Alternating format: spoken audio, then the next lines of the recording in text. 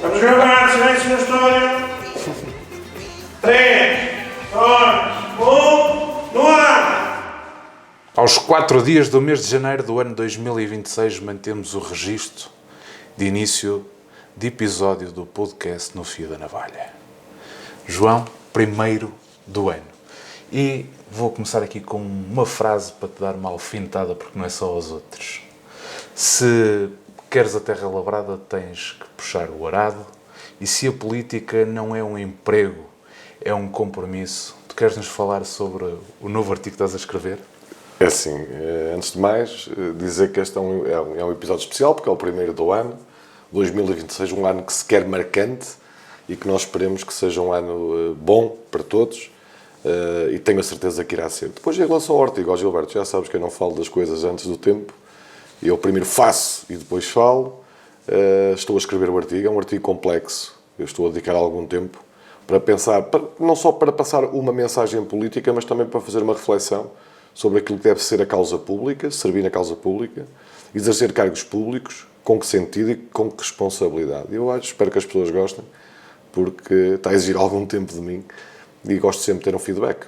Por falar em causa pública, a festa de passagem de ano foi espetacular. Sim, mas eu antes disto eu tenho que dizer que trouxe um presente para ti, porque nós não temos dia para entregar presentes, não foi no Natal, não foi na passagem de ano, foi no dia 4. O dia 4 é a véspera do Dia de Reis, portanto, dar-te este presente, espero que gostes. Ora, vamos cá ver. Eu adoro presentes. Aliás, não é fora de tempo, até porque, por exemplo, em Espanha é nos Reis que se dão as prendas, não é? E tu hablas espanhol.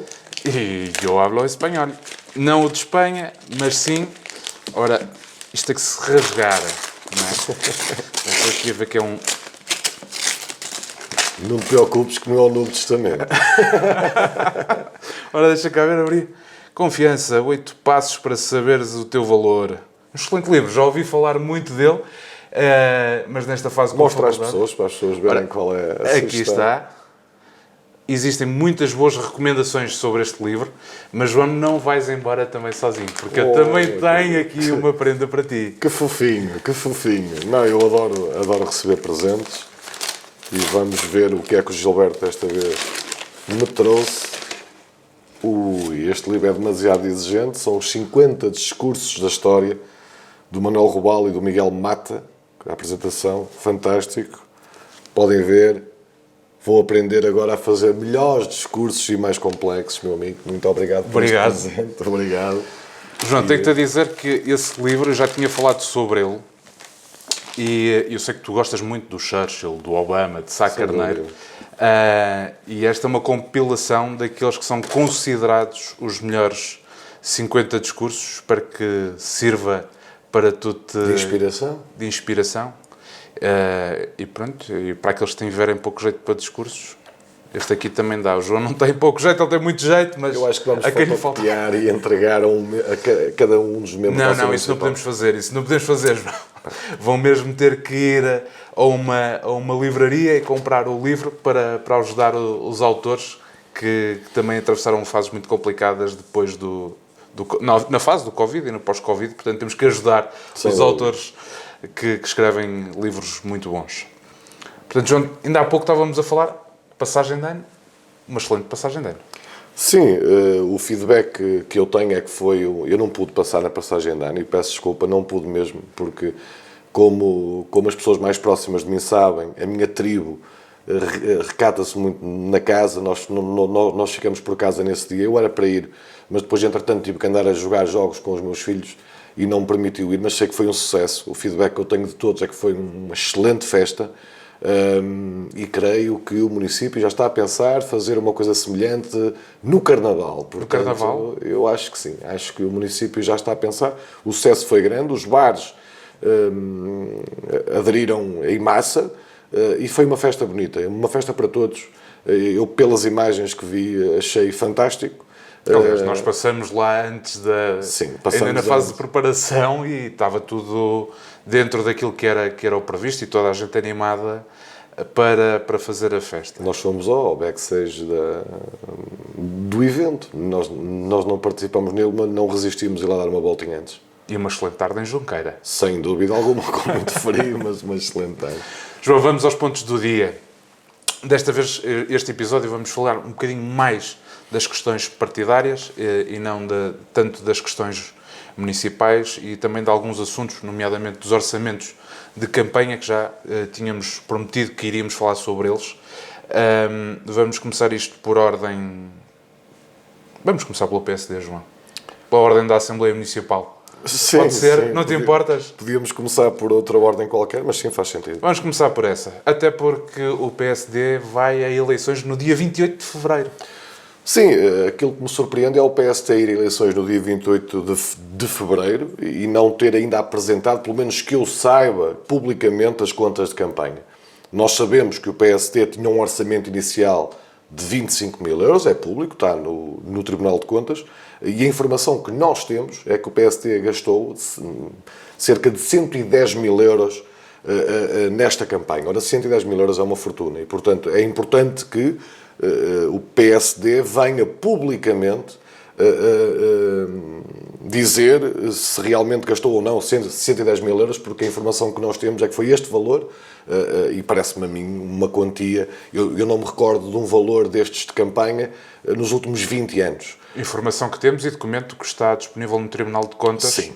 Nós passamos-lhe os olhos, temos cópia dele, portanto não é só nos constou. É verdade. Existe um documento a falar sobre isto. E deixa-me acrescentar até uma coisa, João. As campanhas são extremamente caras e saem do bolso de todos nós. Não é? E o PSD, contrariamente aos outros partidos, quase que esgotou o teto máximo para realizar uma campanha. E não era preciso tanto. Sim, não era preciso tanto e o resultado acabou por ser o que foi. Portanto, o que significa que gastar muito dinheiro não significa ter grandes resultados. Ora, se nós fizermos uma comparação, Gilberto, desde 2013 até hoje, em 2013 gastou-se cerca de 50 mil euros, em 2017 cerca de 30 mil euros, em 2021 cerca de 28 mil euros e agora 110 mil euros. Ora, nós estamos a falar aqui de uma quantia muito grande. Eu só conheço um concelho no Distrito de Aveiro que tenha gasto tanto, que é Santa Maria da Feira, e estamos a falar que Santa Maria da Feira tem 160 mil habitantes, sensivelmente, Valcambra tem cerca de 20 mil, portanto, nós estamos aqui a falar em proporção de um valor enormíssimo, mas eu quero frisar isto. Em 2021 a pressão era imensa para se apresentar as contas. E eu irei falar isso noutro episódio daquilo que aconteceu em 2021 e também como ficaram as contas em 2021. Agora, o que me interessa é perceber hoje, com 110 mil euros gastos numa campanha, ir a eleições a 28 de fevereiro sem apresentar as contas de campanha, acho que é mau, acho que é um ato de enorme irresponsabilidade e espero que o PSD até 28 de fevereiro faça uma apresentação de contas séria, diga exatamente quanto gastou, exatamente quanto é que tem em dívida, se não tem, para que nós possamos ficar todos esclarecidos. Sim, mas, por exemplo, enquanto o CDS... Há aqui uma coisa que me faz imensa confusão. Porque o planeamento, o primeiro orçamento que fizeram para despesas de campanha foram 25 mil euros. E andaram aí a cantar aos quatro ventos que iriam cumprir esses 25 mil euros. E de repente gasta-se perto de 110 mil euros. O que é que fizeram com este dinheiro? Porque eu vi... O que é que fizeram com este dinheiro? Não. Como é que orçamentaram esta campanha para isto sair tão caro? Porque, por exemplo, o CDS, com o Carlos Furtado, fez logo um orçamento muito mais realista. De 65 mil euros e manteve-se mais ou menos ali. Certo. E conseguiram fazer um orçamento 5 vezes superior e não conseguiram ganhar eleições. Portanto, alguma coisa falhou. O Carlos Furtado acho que não trabalhou para o PSD em Valcambra. Diz que eu saiba, não. Acho que não. Portanto, os partidos têm que ter muita atenção quando gastam este dinheiro. Porque este dinheiro deixa de ir para outros sítios. Seja da parte que vem do Estado, seja da parte que vem dos privados. Era dinheiro que podia ser utilizado de outras formas, noutras coisas que também fazem falta, e poderiam ter investido estes 110 mil euros em prol da população, em vez de andar aqui com... Jantares e jantarzinhos. Foi isso. Sabes que os grandes eventos... Agora tiveram que reduzir para snacks. Certo. Sabes que os grandes eventos custam uma fortuna. E nós vimos alguns dos eventos do PST e tínhamos noção, nós tínhamos comentado isso, do dinheiro que ia ser gasto. O último jantar é uma coisa absurda. Se tiveram lá 1000 pessoas, como eles estiveram a publicitar, nós sabemos fazer contas e, portanto, está ali uma fortuna, tanto em jantares, como em comunicação, como em imagem. E eu acho que nós temos de ter uma certa moderação nas campanhas. Eu não consigo vislumbrar uma campanha tão cara, e já te disse isso desde 2013, portanto, nós estamos a falar aqui do tudo por tudo, que não chegou os 110 mil euros, não chegou a vir o Primeiro-Ministro a Valcâmara, não chegou a vir quase todos os ministros, figuras do partido, sei lá, só não veio a Valcâmara o rei de Inglaterra, porque de resto veio tudo. Portanto, depois de tudo isto, o PST ter tido a derrota que teve, é algo que deve merecer uma reflexão profunda, e acho que os militantes do PSD devem fazê-lo, até para se retificarem os erros que se cometeram nesta campanha para o próximo mandato. Portanto, eu volto a frisar isto, acho que é mal demais o PSD ir a eleições a 28 de fevereiro, internas, sem dar explicações aos militantes e à população, para nós percebermos se realmente batemos aqui o recorde de 110 mil euros de despesas, que é isso que está no Tribunal de Contas. Portanto, nós acreditamos naquilo que são os dados oficiais. E tem que haver uma responsabilidade política sobre isto. Porque não se pode aceitar, aliás, o próprio partido, a nível nacional, e quem diz o PSD diz os outros todos, não se pode aceitar um investimento doido, isto é um investimento doido, e os outros, nos outros municípios em que houve este investimento doido, houve resultados positivos. Certo. Portanto, ganharam-se eleições de onde era preciso. Agora, um investimento doido que causa um prejuízo ao partido, isto tem que haver consequências políticas e, portanto, já deveria ter existido um plenário para discutir estes assuntos e ver quem é que vai assumir esta responsabilidade política. Eu ainda não vi o presidente do PSD de Valcâmara a assumir qualquer tipo de responsabilidade política. Sim, parece que andam aqui duas figuras ou três a tentar tapear com a situação política municipal a situação política partidária. E isto não pode acontecer. O PSD é um partido coerente, um partido transparente e, portanto, não estou a ver como é que a própria distrital e a nacional ainda não discutiram este assunto e não retiraram responsabilidades. Também temos uma coisa curiosa, desta vez no CDS, o André Martins ganha as eleições, o José Pinheiro perde, no entanto mantém-se Presidente da Conselhia. Sim, eu acho que, e o José Pinheiro vai-me desculpar isto, mas o grande derrotado da noite eleitoral, nós já tínhamos dito isso, foi o José Pinheiro, por duas razões. Em primeiro lugar, porque era Presidente de Câmara durante 12 anos, teve 3 grandes maiorias absolutas e perde as eleições para a Assembleia Municipal neste mandato. Ora, perde as eleições e eu arrisco-me a dizer que faz o André perder votos. Portanto, eu acho que se o José Pinheiro não tivesse sido candidato à Assembleia Municipal, o André tivesse mais votos para a Câmara Municipal. Ora, ele é Presidente, ele tem dupla responsabilidade. Para além de ser cabeça de lista à Assembleia Municipal, é Presidente do CDS. Ora, eu também estive nessa situação. Eu, em 2021, também era Presidente do PSD e era cabeça de lista à Assembleia Municipal. E eu fiz uma coisa que se faz em política, que é demitir-me. Porque é isso que devem fazer os homens responsáveis. Perdem eleições, têm que se demitir. E eu acho que aquilo que o José Pinheiro devia ter feito nessa noite, ou se não quisesse fazer nessa noite, fazia passado uma semana ou duas, era demitir-se de Presidente do CDS e dar a oportunidade ao CDS de encontrar uma solução para preparar o futuro. Porque as eleições daqui a 4 anos serão diferentes destas eleições. E o André, se quiser continuar a ser Presidente de Câmara, ou se quiser concorrer novamente à Câmara Municipal, terá que ter uma estratégia diferente e aí creio que o CDS terá que ter uma liderança diferente.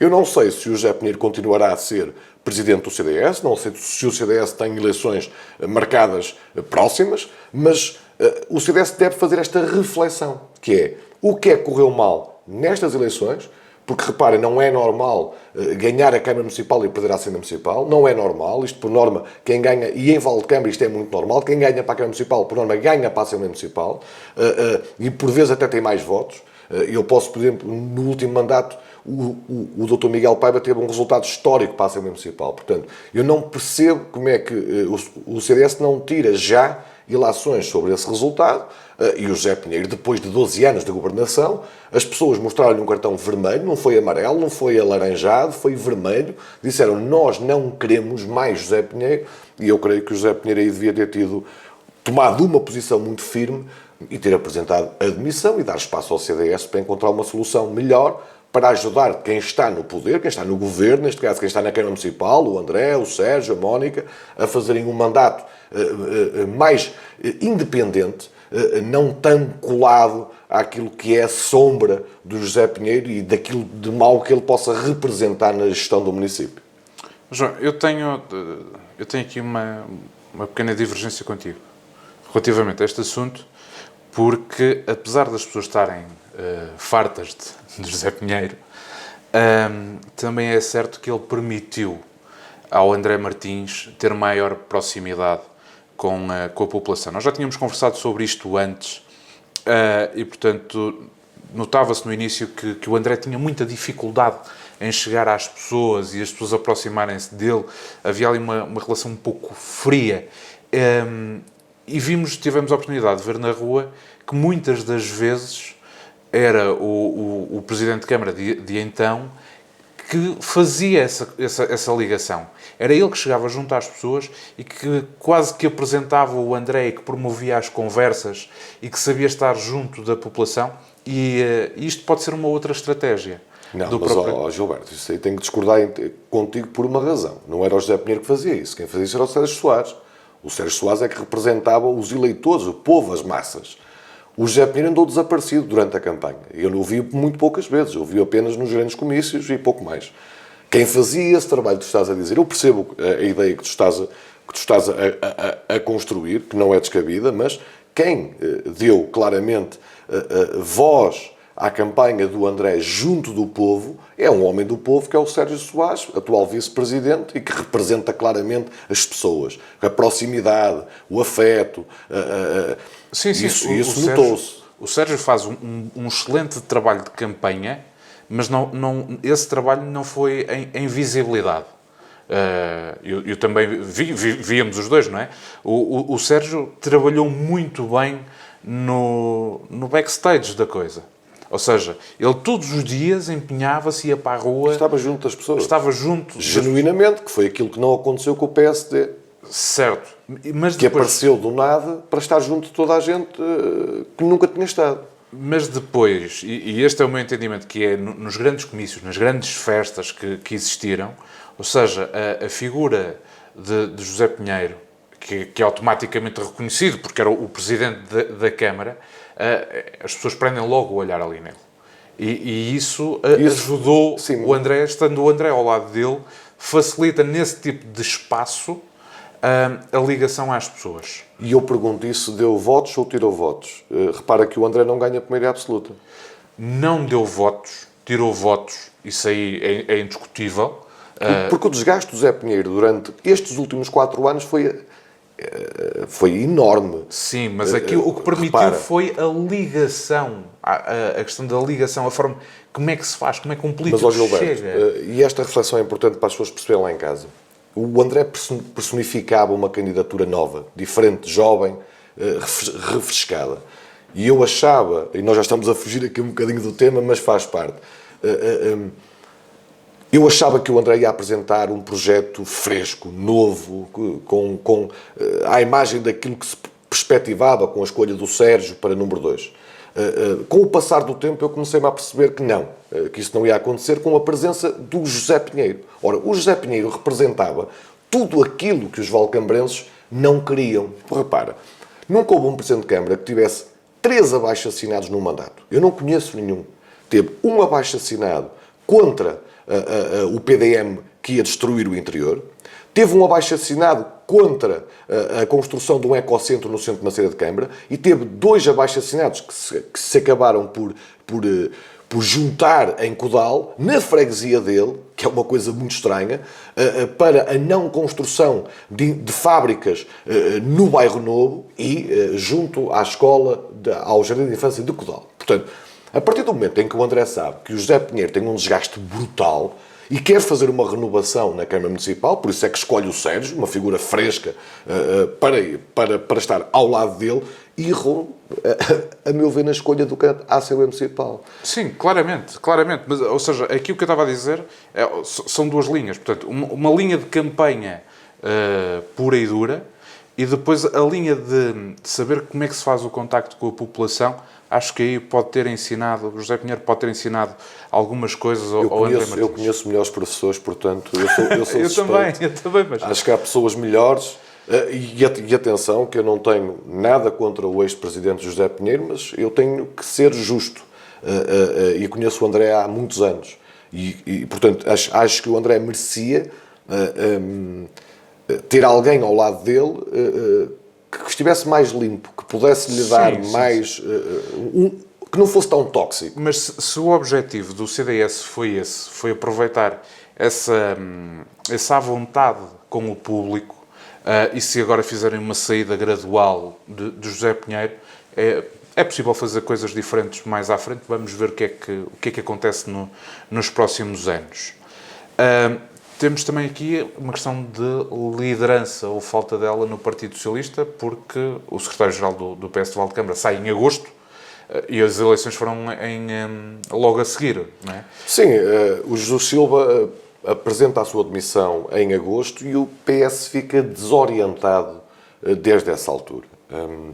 Eu não vi nenhum comunicado oficial do Partido Socialista e fiquei desiludido com isso. Acho que o Partido Socialista, ao mínimo, podia ter feito nessa altura era um comunicado, dizer o porquê do secretário-geral do Partido Socialista de Valdecâmara, um histórico do Partido Socialista, ter saído da sua liderança. Isto passou a imagem pública, muito poucas pessoas se aperceberam, mas a imagem que passou foi de de um conflito, que eu não sei exatamente o que foi, portanto, não consigo dizer ao pormenor aquilo que se passou, mas a verdade é que até hoje o PS não tem liderança eleita, portanto, acho que é mau, e principalmente agora, porque repara, neste momento o Partido Socialista tem uma aliança democrática socialista na Câmara Municipal, é verdade, não há outro nome, e tem uma aliança democrática socialista na Assembleia Municipal e na Câmara Municipal, nas duas.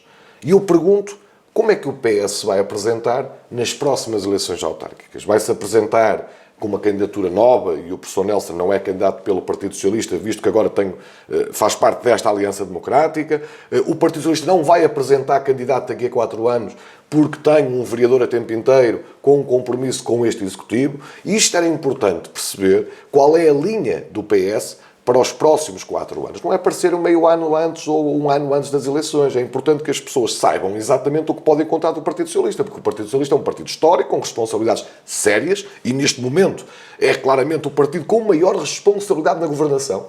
E é importante que as pessoas percebam isso. O PS decide a maioria, portanto, se decide a maioria nos 2 órgãos, tem uma responsabilidade ainda maior, e era importante saber por parte do Partido Socialista o que contar para os próximos 4 anos. Qual será a estratégia do Partido Socialista? Vai continuar, vai ser a muleta do CDS durante 4 anos e não apresenta candidato?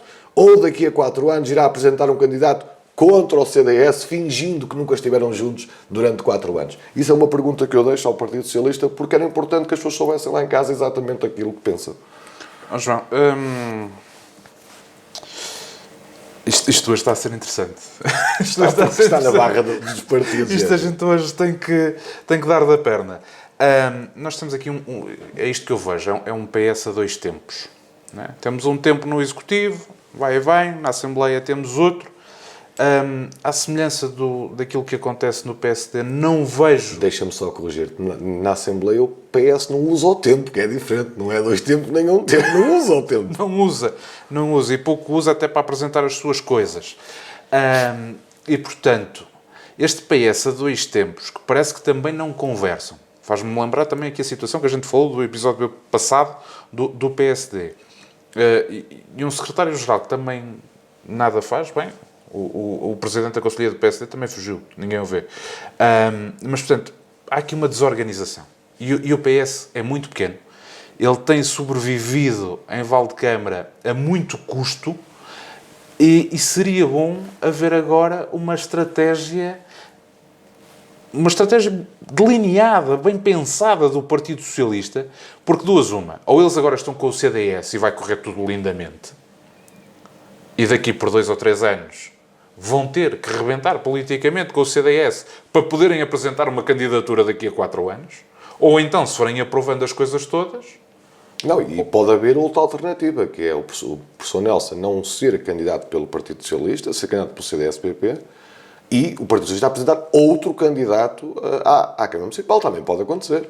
Sim, mas aí também temos um histórico que vem sendo tradição do Partido Socialista em Valdecâmara, que é, vai buscar bons quadros para apresentar uma candidatura e depois acaba por perder esses quadros. Olha, tu tens N exemplos, no PSD tens exemplos desses. Tens o António Alberto, que é uma espécie de Ruth Marlene da política, olha para a direita e pisca-pisca, olha para a esquerda e pisca-pisca, que foi vereador do PSD, vice-presidente da Câmara do PSD, e depois foi vice-presidente da Câmara do CDS. Portanto, isso não me frustra nada. Portanto, acontecer aqui um acordo, ou o professor Nelson manter-se no Executivo sendo candidato pelo CDS como independente, é uma probabilidade, e aí o Partido Socialista arranjará outro candidato, e eu acho que isto começa a ser o cenário mais possível, mas eu vou aguardar porque também quero perceber o que é que o PS vai dizer. O PS já devia ter dito alguma coisa. Para já o PS já devia ter feito um comunicado oficial a explicar à população no que é que consistiu este acordo. Quais são as traves mestres? Não é o professor Nelson. O professor Nelson tem a sua orientação. É o Partido Socialista, o partido que o elegeu, já devia ter tomado uma posição em relação a esta ADS que governa Valdecâmara. E eu não vi isso, por isso é que eu estou expectante para perceber exatamente o que será deste Partido Socialista, não só hoje, mas daqui a 4 anos. Mas eles podiam aproveitar a ADS, João, porque faziam assim. André Martins encabeçava a lista à Câmara Municipal. Ele levava o PS e também, olha, já agora também que levasse alguns elementos do PSD. Não queiras tão mal ao CDS. E apresentavam essa lista ao Executivo da Câmara. E depois a ADS apresentava uma lista à Assembleia Municipal e também já podia levar o PSD, o CDS e o PS. Sim, mas ficava tudo em casa. Sim, mas a ideia que eu tenho é que o André olha muito mais para as pessoas do que para os partidos. E, portanto, o André não distingue um valcambrense do CDS de um valcambrense de outro partido. É a ideia que eu tenho de o conhecer bem. Portanto, eu acho que o André aqui vai conseguir encontrar um equilíbrio durante 4 anos de modo a garantir a estabilidade governativa. E é isso que se espera dele, não se espera outra coisa. Não cabe ao André explicar o que se passa dentro do Partido Socialista. Nem cabe ao CDS explicar. Cabe ao próprio Partido Socialista explicar o que se passa dentro da sua casa. Como cabe ao PSD explicar as contas, explicar porque é que vai haver eleições e ainda não apresentam contas de campanha. Cabe, por exemplo, ao Chega explicar porque é que o Sr. Campos desapareceu do mapa. Portanto, isto cabe a cada partido dar explicações muito concretas acerca de cada uma das suas casas. Porque as telhas tapam muita coisa. O povo diz e tem razão. Os telhados tapam muita coisa. João, por falar em políticos, na gíria, vira casacas, de repente o Sr. Campos, que tem andado desaparecido, deve andar aí talvez por um partido novo à procura de ser candidato novamente por outro partido. Olha, falar em Sr. Campos, o Chega, será que cumpriu o orçamento de campanha? Antes de mais, deixa-me fazer aqui quase que uma medida cautelar. O Sr. Campos não vira casacas. Vira casacas é quem mira de um partido para outro. Ele já percorreu quase os partidos todos. Se calhar está a ver se arranja outro partido para se apresentar nas próximas eleições. Anda desaparecido, é verdade. Mas o Chega tem estado ativo, como nós temos visto, tanto na Assembleia Municipal, é o único órgão onde está órgão municipal, nas freguesias também, mas o órgão municipal tem estado ativo, e nós vimos isso na última Assembleia Municipal. Eu penso que sim, eu penso que cumpriu o orçamento que tinha de 7.500 euros. O orçamento do Chega era de 7.500 euros. Como tu sabes, o Chega não faz uma gestão municipal ou conselhia das contas de campanha, é o partido a nível nacional que faz isso. A informação que eu tenho é que sim, é que cumpriu o orçamento, portanto, não deve ter variado muito. mas como não são eles que fazem as contas da campanha propriamente ditas, e sim a sede nacional, a estrutura nacional, a Comissão Nacional de Eleições deles, eu não tenho uma certeza matemática das contas. Mas estamos a falar de 7.500 euros comparados com os tais 110 mil euros. Nós fazemos sempre essa comparação, que é para as pessoas terem noção da diferença de orçamentos entre os mais diversos partidos. E também sei, e quero, para as pessoas perceberem, o Chega tem um modelo de eleição diferente. O Chega É muito democrático. é extremamente democrático. Eles não elegem órgãos, eles nomeiam, portanto, é o órgão distrital que nomeia o líder conselheiro, portanto, não é uma eleição democrática por sufrágio. E a informação que eu tenho é que essa nomeação será feita em dezembro de 2026. Portanto, ainda haverá um ano, não sei, corra alguma coisa mal e o partido tenha que renomear outra pessoa para substituir o Armando Pina. Essa nomeação será feita em dezembro de 2026. Eu espero que seja o Armando, porque ele teve um papel importante nestas eleições, deu a cara num projeto novo. O Chega foi a primeira vez que foi a eleições, portanto, nós estamos a falar que, apesar de ideologicamente estar muito longe do Chega, acho que todos os partidos fazem falta à democracia e também ao debate político, e pelo que tenho visto o esforço que o Armando tem dado nas Assembleias Municipais, eu espero que ele se mantenha. Não sei se será a proteção dele ou não e se será do partido, mas eu acho que seria uma mais-valia, porque ele agora é que vai ganhar experiência e capacidade política durante este mandato na Assembleia Municipal, e seria mau, depois disso, não estar na liderança do Chega, que eu acho que era importante para todos.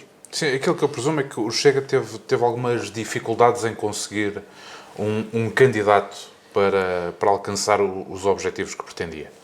E portanto, limitou-se com o mercado político que tinha e foi a eleições com ele e tentaram fazer. Eu acho que não foi o Chega que foi ao mercado, acho que o mercado é que foi ao Chega, porque, muito sinceramente, eu acho que não foi tanto o Chega que escolheu o Sr. Manuel Campos, foi o Sr. Manuel Campos que se... Eu não quero usar uma expressão feia, que se ofereceu, não foi que se ofereceu, mas que deu a entender que estaria disponível, e o Chega, com a inexperiência partidária que tem, a falta de raízes autárquicas, olhou para um presidente de junta de uma união de freguesias e pensou que teria ali, se calhar, talvez um grande candidato, e o resultado foi completamente ao lado. O excesso de democracia do Chega faz com que eles tenham estes problemas. Porque, apesar de eles irem buscar alguns bons quadrantes, mais concretamente ao PSD, que é de onde vão buscar mais... Sim, tens o Rui Cristina, que é um caso desses. Por exemplo, acontece que nem sempre os atores políticos do Chega têm espaço para trabalhar. Certo. Às vezes são-lhes impostas determinadas coisas que eles têm que cumprir, têm que fazer. Outras vezes têm que se desenrascar sozinhos para conseguir fazer, e isso dificulta imenso o trabalho de campanha. Mas também vai buscar o refúgio do PSD. Não vai buscar só coisas boas, vai buscar algumas, mas por exemplo, estou-me a lembrar do Pedro Frazão, que é o refúgio. Portanto, nós não estamos a falar... teve sorte com o Rui Cristina, eu conheço o Rui Cristina há muitos anos, teve sorte, e por isso é que ganhou uma Câmara importante, mas não é só coisas boas. Mas pior é que eles conseguem ir buscar o refúgio nacional e local. Sem dúvida. E o refúgio local é muito perigoso. E é perigoso porquê? Porque grande parte deste refúgio afasta o eleitorado. Era um bocadinho aquilo que tu falavas ainda há pouco de José Pinheiro, que é, as pessoas não estão contentes. Eles vão buscar aquele refúgio e as pessoas não vão votar por causa desse refúgio. Certo. E pior ainda, é que esse refúgio está a tentar dominar o Chega. E contamina o Chega. E contamina aqueles verdadeiros militantes e entusiastas do Chega, porque acabam por minar a estratégia das conselheiras. Olha, eu vou dar um pequeno exemplo. Repara que o Sr. Manuel Campos era presidente da Junta da União de Freguesias de Vila Chá, Codal e Vila Cova de Perrinho, e vota favoravelmente um PDM que prevê a construção da fábrica ao lado do Jardim de Infância. Ora, o Sr. Manuel Campos chegou a uma altura que já não pensava como presidente de junta, pensava assim como candidato à Câmara, que ia agradar a gregos e a troianos. E o pior erro que podemos fazer em política é tentarmos agradar a todos. Isto é matemático. E foi isso que ele tentou fazer. E repara, e é tão grave, mas tão grave, que ele foi o menos votado em Codal, na freguesia dele. Repara, o Socambos, que foi presidente da Junta de Codal, que foi presidente da Junta da União de Freguesias, foi o menos votado na freguesia de Codal. O que significa que o tiro do CDS do Chega foi tão ao lado que ele nem na sua própria freguesia conseguiu ficar, eu não digo em primeiro, mas pelo menos nos 3 primeiros. Portanto, é para tu veres até que ponto é que as escolhas são muito importantes e nós sempre que escolhemos um candidato autarca temos de estar muito atentos a esses pormenores. Sim, eu chego a ter que ter aqui imensas preocupações, não só a nível nacional, mas também local. O Chega está a começar a ficar repleto de pessoas que não interessam à política. Parece um aterro. Sim. E o panorama deles é mau. E se o André Ventura, porventura, ganha as eleições presidenciais... O Chega acaba. O Chega acaba. Não Aquilo tenho dúvidas. implode e acabou. João, falta-nos aqui ainda um partido que é a CDU. Sim, eu a CDU, mais uma vez, tenho que dar uma palavra de grande consideração e de força ao candidato à Câmara pela CDU, que tem um orçamento de 850 euros e as contas dele fecharam com 850 euros. Nós estamos a falar que a CDU gasta 850 euros, que é menos que um ordenado mínimo. Portanto, nós estamos a falar aqui de um valor baixo para 110 mil euros. Mal conseguiram fazer cartazes com este orçamento. Sim, aliás, a informação que me chega é que os cartazes são sempre os mesmos, eles só mudam o papel. Portanto, são 3 ou 4 cartazes, eu não sei quantos é que são, mas são 3 ou 4 cartazes e, portanto, eles colam um papel cada vez que há uma campanha diferente. Mas admiro o esforço do Serafim, a resiliência, o dar a cara, e foi dos candidatos que provavelmente menos condições teve nesta campanha, portanto, dar-lhe uma palavra, porque sem dúvida alguma que é preciso ter coragem para ir a umas eleições com este orçamento de 850 euros. João, para terminarmos, irmos ao último ponto, houve Assembleia de Freguesia, existiram 2 Assembleias de Freguesia na União de Freguesias, em que inicialmente o orçamento é chumbado e a seguir é aprovado. Queres-nos explicar o que é que aconteceu nestas 2 Assembleias de Freguesia? Sim. A primeira Assembleia de Freguesia, eu já falei sobre isso e, portanto, não me vou repetir, foi chumbada pela oposição, já falei sobre isso, não me vou repetir, e o orçamento foi aprovado na segunda Assembleia de Freguesia, o mesmo orçamento. Portanto, não houve nenhuma alteração. Nenhuma vírgula. Nenhuma vírgula. O que houve foi um compromisso por parte da Sra. Presidente de Junta, que reuniu com as bancadas dos mais diversos partidos, menos a do Chega, o líder e único membro da Assembleia de Freguesia do Chega não quis reunir com a Sra. Presidente de Junta, e então o PS e o PSD reuniram com a Sra. Presidente de Junta e, pelo que me foi dito, uma série de compromissos que foram acordados nestas reuniões deram para que eles se abstivessem ao orçamento e, dessa forma, que ele fosse aprovado. Ora, eu quero dizer que, em primeiro lugar, dizer que a Sra. Presidente da Junta já o podia ter feito na primeira Assembleia de Freguesia. Quando temos minoria na Assembleia de Freguesia, é importante dar-nos espaços de proximidade em relação aos partidos da oposição, de modo a garantir a aprovação desse documento. Não o fez, teve que o fazer numa segunda fase, neste caso na segunda Assembleia de Freguesia. O que eu não consigo entender, Gilberto, que isto é que a mim mete muita confusão, é como é que o líder do Chega, nessa Assembleia de Freguesia, vota contra, não participa na reunião com a Sra. Presidente de Junta e fala em corrupção. Ora, isto é gravíssimo. Nós estamos a falar de uma palavra que deixou toda a gente chocada na sala, até provocou uma defesa da honra do Partido Socialista, porque, de facto, é inexplicável. E eu quero dar um recado ao Chega. A palavra corrupção não pode ser usada com leviandade. A palavra corrupção tem que ser usada com factos. Porque se nós dissermos muitas vezes a palavra corrupção, no dia em que precisarmos de usar a palavra corrupção, ninguém nos vai levar a sério. Ora, se ele usou a palavra corrupção, eu tenho que usar a palavra irresponsabilidade. Eu não percebi o porquê dele ter dito que houve corrupção. Eu espero que ele prove isso. É importante que, ao dizer que houve corrupção, tem que provar. Portanto, e eu espero que o faça, porque é uma enorme falta de respeito pelas pessoas que estavam na sala, que ficaram sem saber o que é que ele estava a dizer, e depois porque é uma palavra fortíssima para se usar num contexto destes. Isto começa a ser uma coisa à Chega. Para o Chega tudo é corrupção. Até o que não é corrupção passa a ser corrupção. E nós em Valdecamba não estamos habituados a isto. Nós em Valdecamba estamos habituados a usar as palavras cada vez que elas fazem sentido.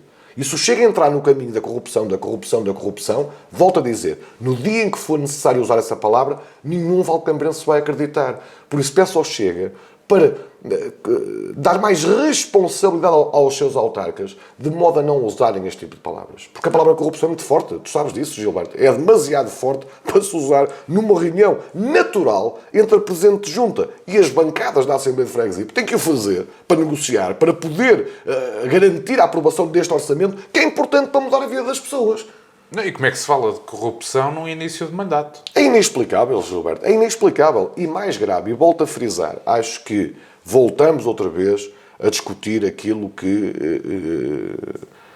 é menos importante. Eu, nesta Assembleia de Freguesia, voltei a fazer uma intervenção onde, no período público, onde pedi que a estrada que liga Tiamonde a Vila Cova de Perrinho seja alcatroada. Eu sei que não é da responsabilidade da Junta de Freguesia de Vilachã, Codal e Vila Cova de Perrinho, porque a estrada pertence a Carregosa, mas é um acesso. Nós temos que passar por Carregosa para podermos chegar a Vila Cova de Perrinho, e pedi à Sra. Presidente de Junta para usar toda a sua influência para que este troço fosse feito.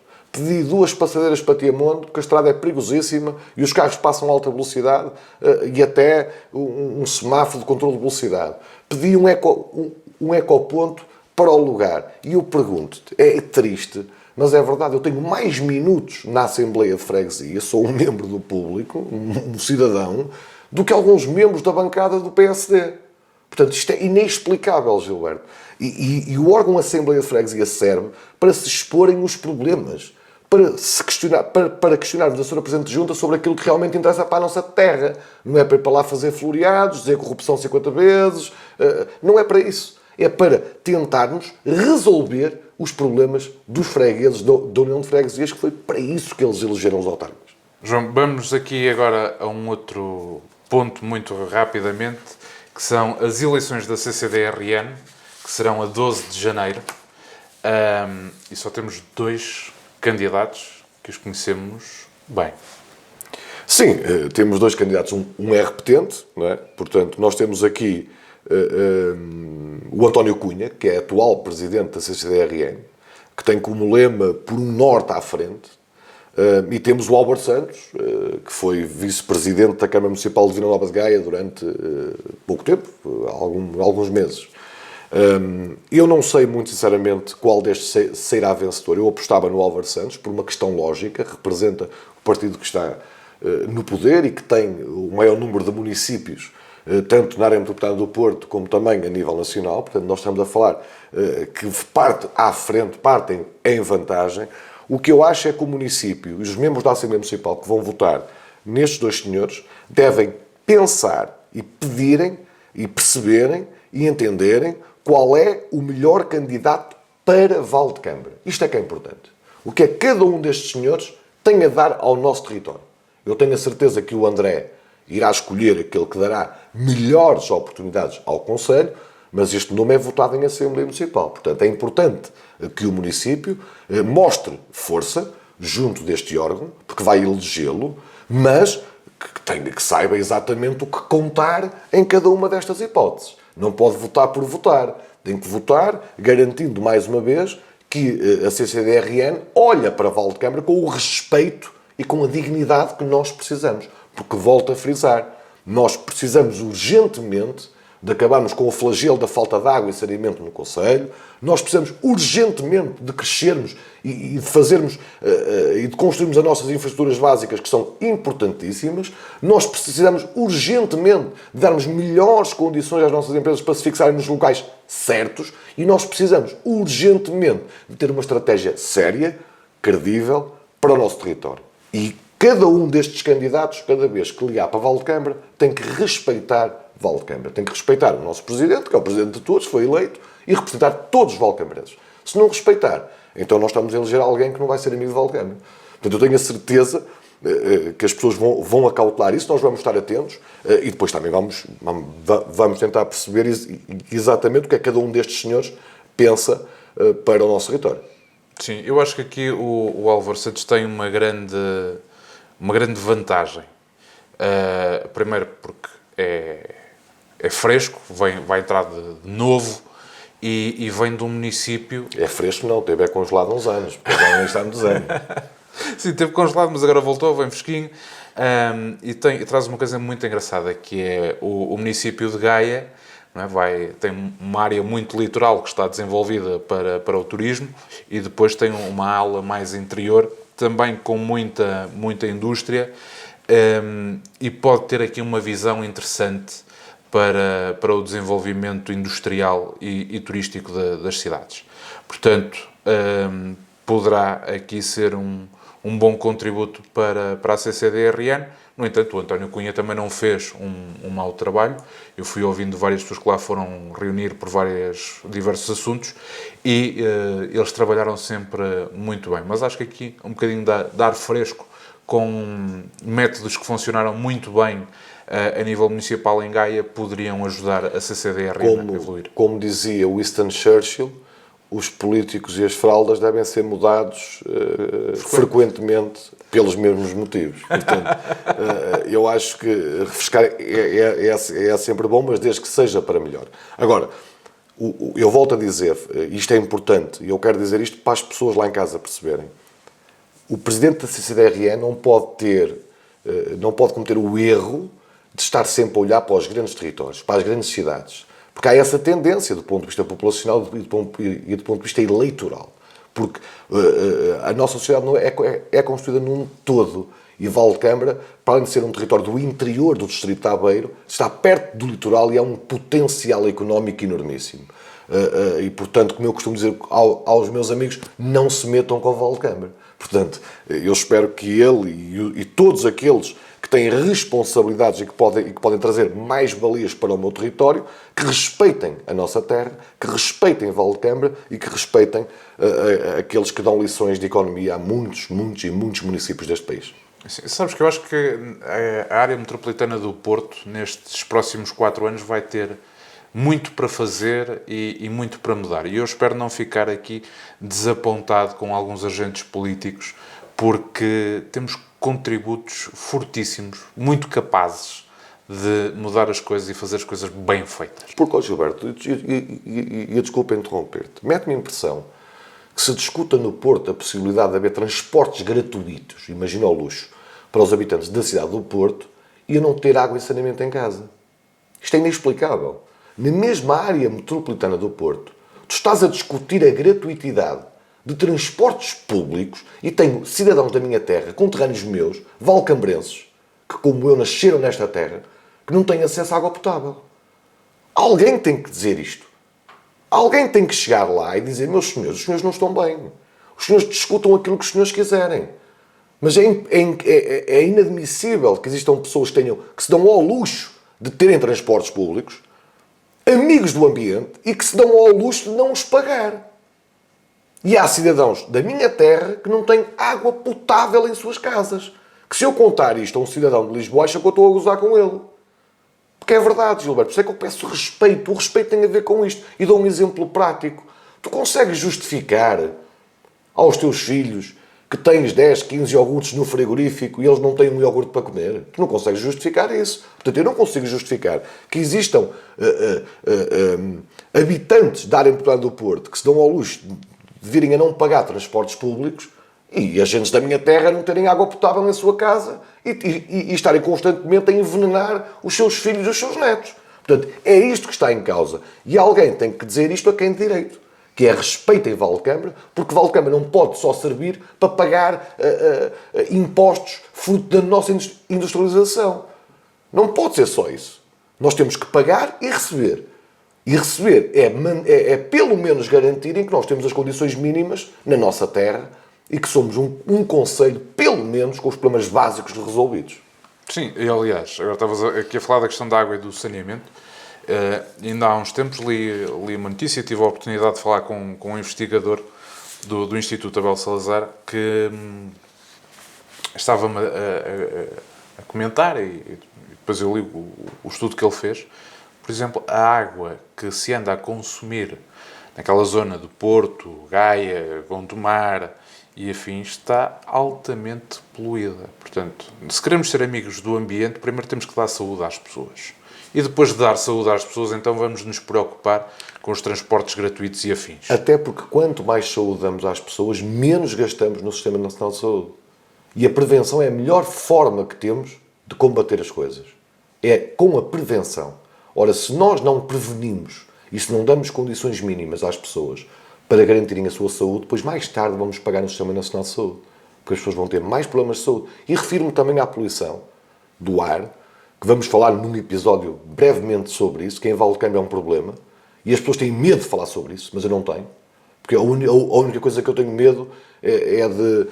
É da Laura. É da Laura, exatamente. E da minha mulher também. Portanto, eu não tenho receio nenhum de falar sobre isso. Isso será um tema que nós iremos abordar para percebermos também o quanto isto nos custa a todos os valcambrenses. E se formos ver o número de casos de doentes oncológicos no nosso território é assustador, Gilberto. E nós, agentes políticos, e aqueles que não são agentes políticos, mas têm responsabilidades sociais, têm o dever de fazer uma enorme reflexão, mas sobretudo de agir em relação a esses casos.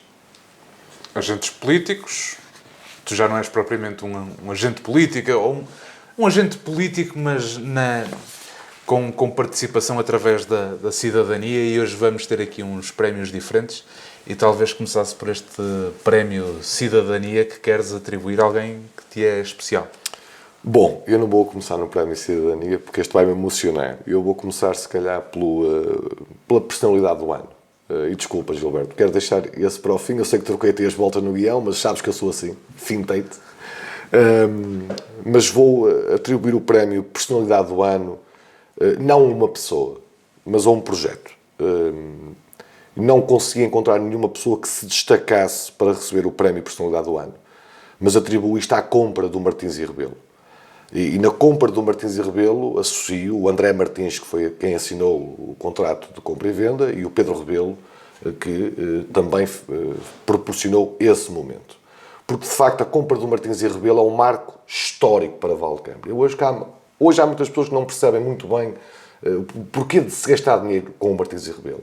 Mas as próximas gerações vão ter no Martins e Rebelo uma identidade, um cordão umbilical, uma gênese, vão ter algo que possam, onde possam crescer, onde possam nascer enquanto homens, enquanto profissionais, enquanto empresários, e eu tenho uma forte convicção de que o Martins e Rebelo será muito importante para a estratégia do município, não só como berço nacional dos laticínios, mas também como incubadora de empresas, centro de formação profissional, terá um papel fundamental no nosso desenvolvimento e, portanto, como não encontrei nenhuma personalidade que se distinguisse durante este ano, que me fizesse citar o nome dele, perdoem-me, mas o Martins e Rebelo é claramente essa personalidade que eu quero destacar.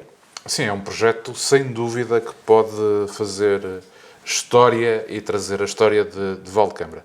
Então, já que me fintaste, vamos ao prémio Revelação. Sim, o prémio Revelação vai com cautela.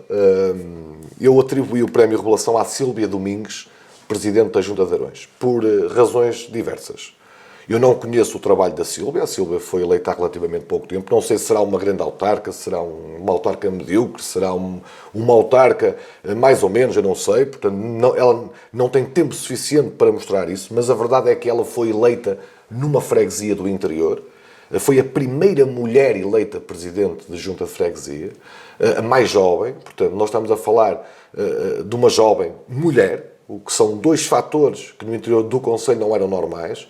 Ganhou por maioria absoluta contra um candidato que era presidente de junta, portanto não é uma viragem de ciclo, ela fez, como se diz na Espanha, uma remontada, portanto ela ganhou alguém que era poder e que estava lá há 8 anos e não podia atribuir o prémio a não ser a ela. Tenho uma enorme expectativa em relação à sua gestão e espero muito sinceramente que ela seja uma grande presidente de junta, porque os aroenses precisam de uma grande presidente de junta. Uma presidente de junta interventiva, com visão, próxima, capaz de resolver os problemas básicos daquela freguesia, que é uma freguesia tão bonita, tão importante para a estratégia turística do concelho e merece uma Presidente de Junta a tempo inteiro e uma Presidente de Junta presente e capaz de superar os maiores desígnios da freguesia de Arões. E tu conheces a freguesia de Arões, sabes que é lindíssima e, portanto, espero muito sinceramente que ela tenha sucesso. Este prémio de Revelação é mais do que merecido, porque ganhar nestas circunstâncias não é fácil. E o prémio da personalidade Shrek? Aquele que fez mais asneiras ao longo do ano inteiro.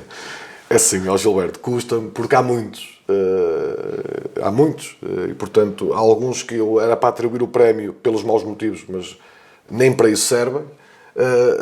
O único que eu acho que é a personalidade negativa deste ano é o José Pinheiro. Já o disse há pouco porquê. Foi Presidente de Câmara durante 12 anos. Perde as eleições para a Assembleia Municipal e faz perder o André, faz com que o André perca votos. Eu tenho essa convicção. E depois não soube sair. Em política, mais do que sabermos entrar, é importante sabermos quando sair. E comparo com a saída do Dr. Miguel Paiva. O Dr. Miguel Paiva foi Presidente da Assembleia e até o seu último dia de mandato soube honrar aquilo que foi o cargo para o qual as pessoas o elegeram e seguiu a sua vida. E eu acho que o José Pinheiro devia ter feito exatamente a mesma coisa. Que era, perdeu as eleições, devia ter saído. E eu, se fosse ao José Pinheiro, não teria sequer aceito o lugar de deputado na Assembleia Municipal. Mas isto é a minha opinião. Não estou a dizer que ele está errado, é uma opção. Mas creio que isto não é benéfico nem para o André, nem para ele. E acho que não vai acrescentar muito a Valdecâmara. E, portanto, para mim é a personalidade, pronto, como tu disseste, Shrek deste ano. Apesar de concordar contigo, principalmente na personalidade do ano, porque é um projeto interessantíssimo, importantíssimo e de grande valor para Valdecâmara, o projeto do Martins C. Rebelo, eu queria também destacar aqui duas pessoas. Primeiro, da personalidade revelação, o Daniel Barbosa. É um jovem que eu tive a oportunidade de conhecer e conviver com ele alguns momentos e achei muito interessante. Alguém que tem um percurso profissional estável. É um empreendedor? É um empreendedor, a vida dele não anda à volta da política e tem projetos que estão bem distantes e achei importantíssimo e gostei de vê-lo dedicado à causa pública e assumir... E colocando o seu partido de parte em prol da sua freguesia. Exatamente. E, portanto, deixar aqui também esta nota para o Daniel Barbosa. E relativamente à personalidade do ano pelos maus motivos, e eu aqui vou bater outra vez no mesmo, mas desculpem lá, tenho que ser coerente com aquilo que digo até agora, que foi, eu estive à espera de uma intervenção de Miguel Aguiar Soares muito mais positiva do que aquilo que tem sido, aliás, porque ela nem tem sido positiva nem negativa, tem sido um deixa-andar, e, portanto, todos aqueles inputs, toda aquela energia que vinha e tal, e não sei o quê, e no outro dia levamos com um vídeo a dizer que mais tarde venham explicar, mais tarde venham dizer, mais tarde, não sei o quê. Epá, não há um mais tarde. A gente, quando vai a eleições, todos aqueles que se propõem a eleições, criam os seus projetos, criam as suas iniciativas, têm as suas ideias, os seus ideais, e ganhando ou perdendo, só têm duas opções. Ou saltam fora, ou se ficam lá, têm que contribuir e mostrar o seu trabalho, mostrar o seu valor desde o início. E, portanto... Mas, Gilberto, mas eu acho que o Miguel ainda é mais grave. Eu não lhe atribuí nenhum prémio, porque acho que o Miguel nem é muito nem é pouco, não é? Neste momento é um ser que não existe do ponto de vista político, eu disse isso. No meu artigo de opinião eu falo sobre isso, é insignificante. Não serviu para uma solução, repara, governativa, que nunca foi convidado e disse que não aceitou um convite que nunca lhe foi feito. Depois, não consegue ser uma oposição assertiva, coerente, capaz de construir, não é capaz de fazer isso, e do ponto de vista da gestão autárquica é fraquíssimo. E isso prova aquilo que nós dissemos, é a falta de experiência política. Porque podemos gostar ou não gostar dos políticos, mas nestes cargos faz-se política. E ele não sabe o que é fazer política. E, portanto, como não sabe o que é fazer política, vive um bocadinho à deriva naquilo que é estratégia. João, mas ele no vídeo que faz de Natal, ele, acho que foi no vídeo, que justifica que aquela declaração de dizer que não aceitariam cargos era porque o CDS já estava a negociar com o PS. É assim, as negociações em política assemelham-se muito àquilo que são as negociações no futebol. Tu podes estar a negociar um jogador para a tua equipa e eu posso ir por trás e negociar o mesmo jogador e puxá-lo para lá de cá. Certo. E, portanto, o importante aqui é o agente político fazer valer a sua importância e o seu valor. E, portanto, não descartar desde um início, porque eles estão a negociar com outro partido. Epá, não, estão a negociar com outro partido, vamos lá. Mas, ó Gilberto, o Miguel achava que vinha mandado por Deus para mudar Valde-Câmara. Ele achava que foi concebido por Deus Nosso Senhor como o salvador de Valde-Câmara. E ele acreditava mesmo que ia ganhar as eleições. Portanto, quando nós vamos para a política cumprir um sonho, por norma corre mal.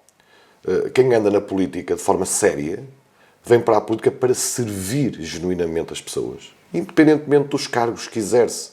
Eu nunca precisei de ser Presidente de Câmara para ajudar as pessoas. O Dr. Miguel Paiva nunca precisou de ser Presidente da Câmara Municipal para ajudar as pessoas. O Sérgio Soares nunca precisou de ser Presidente de Câmara para ajudar as pessoas. E muitos outros casos que nós conhecemos não precisam de ser Presidentes de Câmara para ajudar as pessoas. Eu vou dar outro exemplo, que até nem é do meu partido. O Tiago Fernandes nunca precisou de ser Presidente de Câmara para ajudar as pessoas. Ora, cada um de nós, nos seus cargos, com a sua humildade, se nos dedicarmos, conseguimos ajudar as pessoas. Agora, aqueles que se acham enviados por Deus para salvar estas pobres alminhas que não fazem a mínima ideia do que andam aqui a fazer, por norma corre mal. E a arrogância com que o Miguel veio para a causa política não colou. E as pessoas souberam distinguir aquilo que era o terra a terra, aquilo que era um projeto humilde, pessoas de terra, genuínas, daquilo que era um projeto incumprível, megalómano, sem sentido prático. E portanto, eu percebo o teu prémio, mas eu acho que nem esse prémio ele merece, muito sinceramente, é a minha opinião. Vamos então ao último prémio, que não quiseste falar no início, que é o Prémio Cidadania. Sim, eu quis pôr este prémio aqui porque achava que não era o prémio Personalidade do Ano, por razões óbvias. A pessoa que já não se encontra entre nós. Foi uma pessoa que eu conheci numa circunstância muito específica, apesar de o conhecer há muitos anos, não tinha muita proximidade. Conheci-o na discussão do Plano Diretor Municipal, do PDM, que é o Sr. António Roubas, que nos deixou há relativamente pouco tempo. E eu atribuo o Prémio Cidadania porquê? Porque nós não precisamos de exercer cargos políticos para lutarmos pela nossa terra. E aquilo que o Sr. António Roubas fez durante o período de discussão do PDM foi notável. Ele lutou com todas as forças, já doente, com todas as suas convicções, para garantir que não fossem construídas empresas na área onde ele vivia. E mais do que isso, colocar uma luta que não lhe tocava minimamente, que era a questão da construção, da intenção da construção da escola, da fábrica, ao lado do Jardim de Infância de Codal, andando de noite e de dia a recolher assinaturas, indo às assembleias municipais, muitas das vezes com muito custo, sem comer. Eu assisti a isto, Gilberto, sem comer, para estar ali presente e poder dar a sua opinião genuína, merece todo o meu reconhecimento. Eu quero endereçar um enorme abraço à família do Sr. António Roubas. Ele gostava de ser chamado por Sr. António Roubas, por isso é que eu o chamo por António Roubas, porque de facto foi um dos homens mais incríveis que eu conheci durante o meu mandato como líder de bancada do PPD-PSD e membro da Assembleia Municipal de Valde-Câmara, porque eu senti que as pessoas, quando se juntam, quando se unem, conseguem os seus objetivos. E, portanto, se há pessoa que merece o Prémio Cidadania é ele, e dizer-lhe, onde ele estiver, que eu irei lutar sempre para garantir que a luta dele não foi em vão e que nenhum destes projetos que ele condenava serão feitos. Irei lutar com todas as minhas forças com toda a minha energia para cumprir o seu legado e para cumprir aquilo que foram as suas ambições e aquilo que eram as suas causas. Portanto, este prémio emociona-me um bocadinho porque é de uma pessoa muito querida, mas tinha que o fazer neste início do ano 2026, reconhecendo que foi um ano doloroso, mas que ele, apesar de ter perdido a vida, ganhou a causa, e onde quer que ele esteja estará orgulhoso porque lutou até ao último segundo para garantir isso. E hoje não há forma melhor de terminarmos este episódio com homenagem ao Sr. António Roubas. Obrigado a todos. Obrigado a todos e um abraço a mim.